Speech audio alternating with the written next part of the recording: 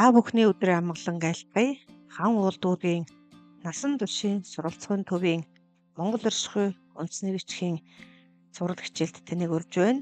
За энэ хичээл нь хангалан суралцж байгаа бүх насны хүмүүнд зориулснаар онцлогтой.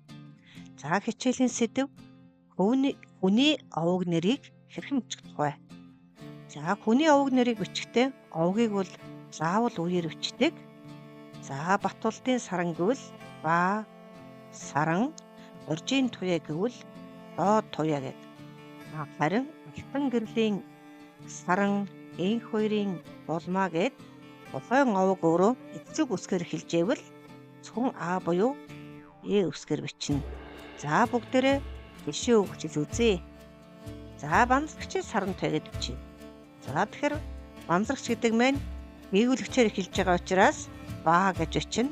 За ба гэж бичлээ. Тэгэхээр А үсэг маань үгийн адагт орсон А үсэг болж байна. Тэгэхээр энэ А үсгийг үгийн дунд орсон болгохын тулд А үсгийнхээ дор сараа тавьж агаад Shift 8 дээр хамт дарна. Тэгэхээр А үсэг маань үгийн дунд орсон А боллоо. За энэ дараа таслал тавих ёстой. Ер нь бол тухайн үе болон үсэг орондоо тасал бичдэг. За ингэхдээ харьцуулсан тэмдэгт буюу гэрэл үсгийн зөөлний тэмдэг бичдэг төвчнүүд дээр дарна.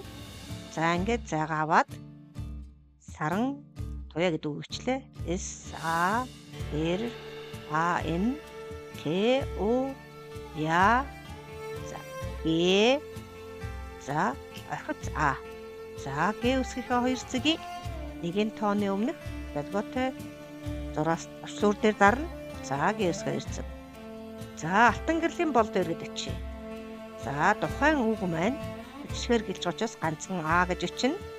За мөн А үсгээ үгийн дунд болгосон орсон байхаар бичихийн тулд А үсгийнхаа дор усаараа тавилаа. Shift 8 борлоо. За ингээд А үсэг гарчлаа.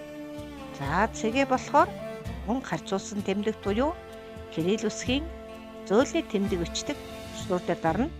Гэхдээ зай авах. Энэ төвчнүүд дээр дарна. За ингээд таслал гарлаа. Одоо харин зай аваад бол дуй гэдэг үгээ бичээ. Б О Л О Д. За Д үсэг дэвсгэрлэж байгаа. Тэгээ Б А Я Р. За их мэтлэнгийн ингэж бичнэ. За та бүхэн гэртээ Ямбын чойжилж ав, Батын дорж, Балдын дулмаа, Самбуугийн суран гэсэн энэ нэрнүүдийг бас бичиж үзээрэй. За ингээд хагаад хандуулсан та бүхэн ялалаа.